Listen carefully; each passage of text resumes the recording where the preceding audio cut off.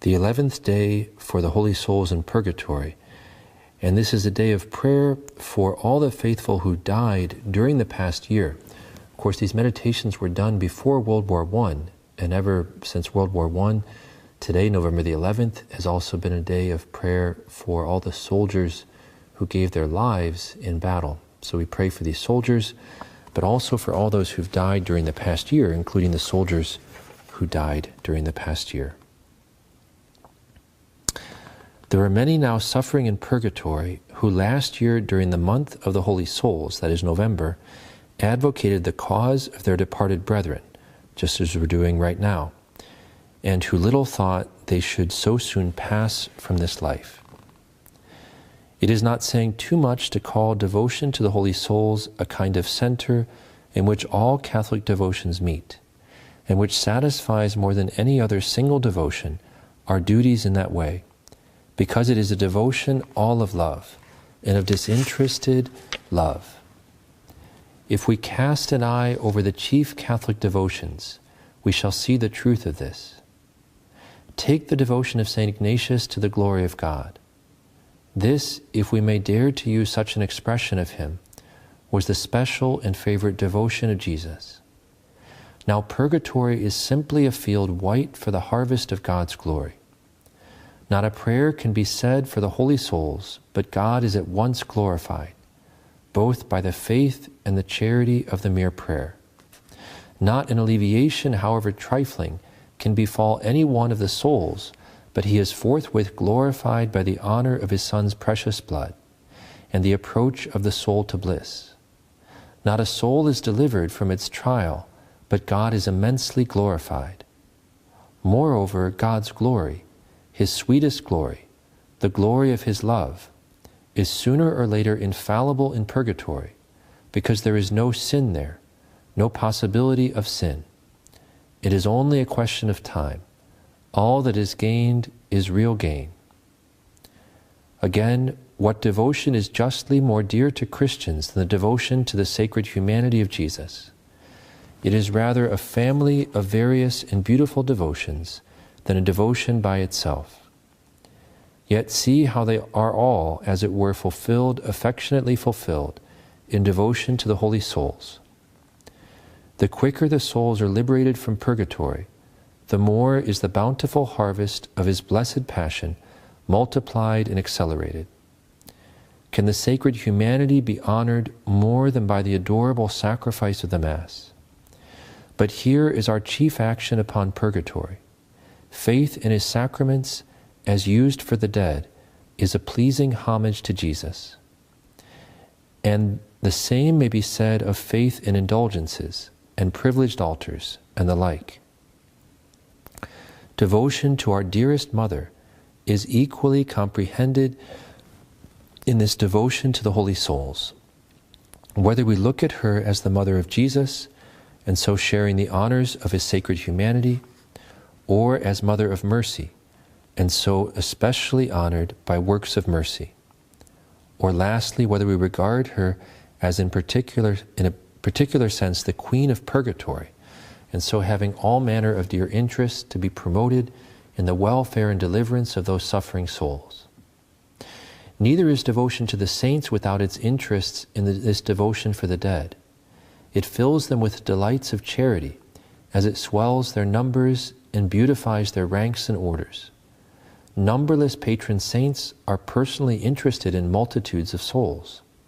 The affectionate relation between their clients and themselves not only subsists, but a deeper tenderness has entered into it because of the fearful suffering, and a livelier interest because of the accomplished victory. Devotion to the holy angels is also satisfied in devotion to the holy souls, for it keeps filling the vacant thrones in the angelic choirs, those unsightly gaps which the fall of Lucifer and 1/3 of the heavenly host occasioned. It multiplies the companions of the blessed spirits. They may be supposed also to look with an especial interest on that part of the Church which lies in purgatory, because it is already crowned with their own dear gift and ornament of final perseverance, and yet it has not entered at once into its inheritance as they did. Many of them also have a tender personal interest in purgatory. Thousands have clients there who were especially devoted to them in life. Thousands are guardians to those souls, and their office is not yet over. There is a peculiarity about this devotion for the dead. It does not rest in words or feelings, nor does it merely lead to action indirectly, and at the last. It is action itself, and thus it is a substantial devotion. It speaks, and a deed is done. It loves, and a pain is lessened. It sacrifices, and a soul is delivered. Nothing can be more solid. The royal devotion of the Church is the works of mercy. And see how they are all satisfied in this devotion for the dead. It feeds the hungry souls with Jesus, the bread of angels. It gives them to drink in their incomparable thirst His precious blood. It clothes the naked with a robe of glory. It visits the sick with mighty powers to heal, and at the least consoles them by the visit. It frees the captives with a heavenly and eternal freedom from a bondage dreader far than death. It takes in the strangers, and heaven is the hospice into which it receives them. It buries the dead in the bosom of Jesus in everlasting rest. When the last doom shall come, and our dearest Lord shall ask those 7 questions of His judicial process, those interrogatories of the works of mercy, how happy will that man be, and it may be the poorest beggar among us, who never gave an alms because he has had to live on alms himself, who shall hear his own defense sweetly and eloquently taken up by crowds of blessed souls, to whom he has done all these things while they waited in their prison house of hope. Canti Pranatus writes of a sick man who was so impatient at the length and severity of his illness that he earnestly begged of God either to restore him to health or to take him out of the world. God sent an angel to say to him that he might choose whether he would suffer the pains of purgatory for 3 days or those of his sickness for another year. And so this begins an account, and you'll see it ends with a second account by St. Antoninus, one of the great bishops of Florence, and whose incorrupt body is there. So the accounts are not given lightly. So once again, Canti Pratanus writes of a sick man who was so impatient at the length and severity of his illness that he earnestly begged of God either to restore him to health or to take him out of the world. God sent an angel to say to him that he might choose whether he would suffer the pains of purgatory for 3 days or those of his sickness for another year.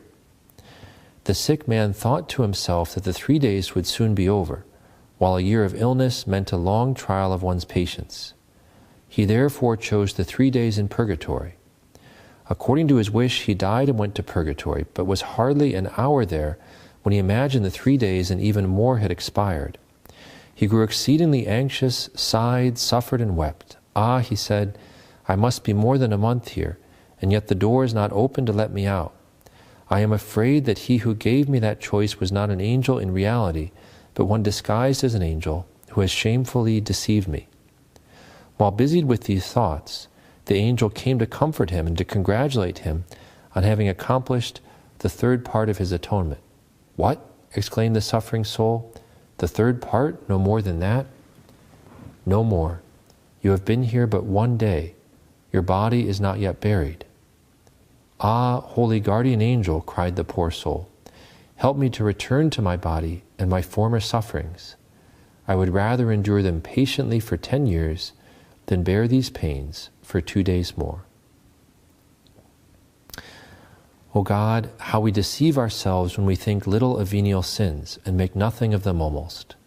When we do not penance for our mortal sins, when we blindly look on them as altogether remitted and forget about all the terrors of purgatory. I tremble when I read in the lives of the saints how severely even the holiest and most faithful servants of God had to suffer for the smallest sins and imperfections.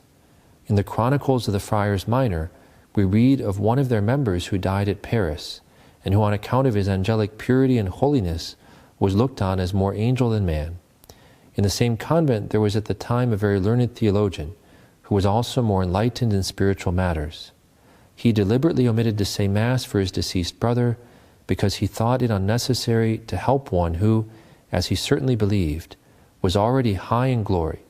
So great was the fame for sanctity that the deceased had gained during life. But in a few days' time the latter appeared to him and said in a mournful voice, "Dear brother, for God's sake, have pity on me." The other, terrified, exclaimed, "Holy soul, what do you want from me?" "Masses, masses," was the eager answer, "that I may be released from my torments." "What? You in torments? You have led such an angelic, innocent, and penitential life. Was not that sufficient purification and atonement for you?" "Alas," sighed the soul, "no one believes how strictly God judges and how severely he punishes. No one believes it. Oh, my dear brethren, how many are there now in purgatory who are thought to be in heaven?" Finally, St. Antoninus relates in his Summa that a preacher of his order appeared a month after his death to the infirmarian of the convent in which he had lived, and told him that he had been kept in purgatory all that time for no other reason than that he had been too familiar and jocose in his conversations with seculars. A whole month he had to suffer because he had not observed that gravity of demeanor that becomes the religious when in society of seculars. And how many masses and prayers had not been offered for him by his brethren in the meantime.